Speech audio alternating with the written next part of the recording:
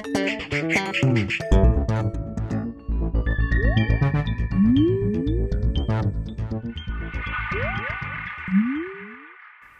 everyone and welcome to The Vortex, where lies and falsehoods are trapped and exposed. I'm Michael Voris. Back during the 1992 U.S. presidential campaign, candidate Bill Clinton won the election by focusing everyone's attention on the single issue of money. His unofficial campaign slogan, cooked up in his famous war room, was, "It's the economy, stupid." That was 20 years ago, and now things are even worse. Clinton was only half right. The economy isn't a shambles, but the economy is not the problem. Morality is the problem. The authentic slogan needs to be, "It's the morality, stupid." The West has thrown in the towel on Christian virtue as part of the whole package of walking away from Christ in general. And now we are paying the price. When morality disappears, when men begin treating each other as mere commodities, and this mindset becomes official government policy, then economies falter.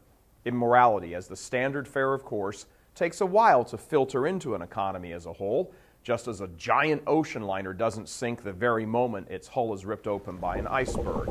But there does come the point when too much water has been taken on and the threshold has been crossed, the ship eventually sinks. The closer it comes to totally submerging, the more evident the signs become. America and the rest of the West has taken on so much water of evil, so to speak, that it now appears the threshold has been crossed and the inevitable is now, well, inevitable. We've come to this point of economic peril because long ago we passed the point of moral peril. In pure economic terms, nearly 60 million less consumers are in the marketplace today owing to surgical abortion. All of these people would have been under 40, and thus the vast majority would have been tax-paying, buying, and spending consumers, creating jobs and holding jobs. But with their absence, the money to pay into the top-heavy social programs of Social Security and Medicare simply is not there. America is going bankrupt because there are too many bills and not enough cash. The economy is in tatters in the U.S. and the world because of greed and self-centeredness. And things are about to get a whole lot worse as the infection spreads, just like a ship that has taken on water. Eventually, the pumps get overwhelmed and simply shut down. Economic experts from London to Wall Street are warning that every option world governments have to stem the financial ruin have already been used. Interest rates can't go any lower.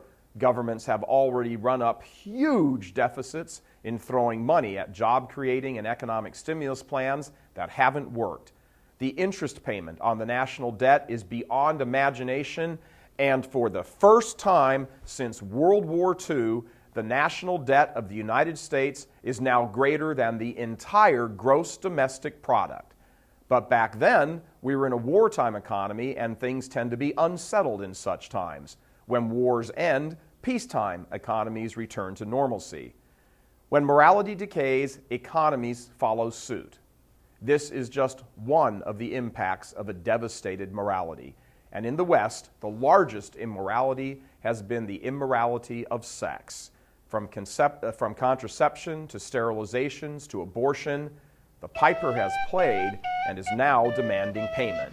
The effects of the sexual revolution, both economic as well as emotional and psychological, will be part of our discussion at our No Bull in Madrid coverage at World Youth Day. Please follow all of our coverage of the upcoming World Youth Day festivities on our NoBullinMadrid.com website starting in a few days. We'll have daily news reports on the latest happenings on the ground, daily Vortex reports, of course, and especially for World Youth Day, feature reports on the state of the faith in Spain, as well as a look at some of the splendid Catholic history of Spain, a history which needs to be recaptured. It all starts later this week, so please tune in. God love you. I'm Michael Voris.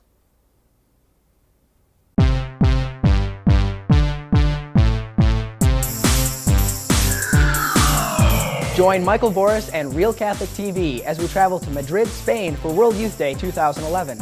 Catch all the action this August on our No Bull in Madrid website, nobullinmadrid.com, where you'll find the best kind of bull fighting. We'll be bringing you live coverage and special features, including the state of the faith in Spain among the millions of young people flocking there. So click on nobullinmadrid.com, where Real Catholic TV will be taking the bull by the horns for you.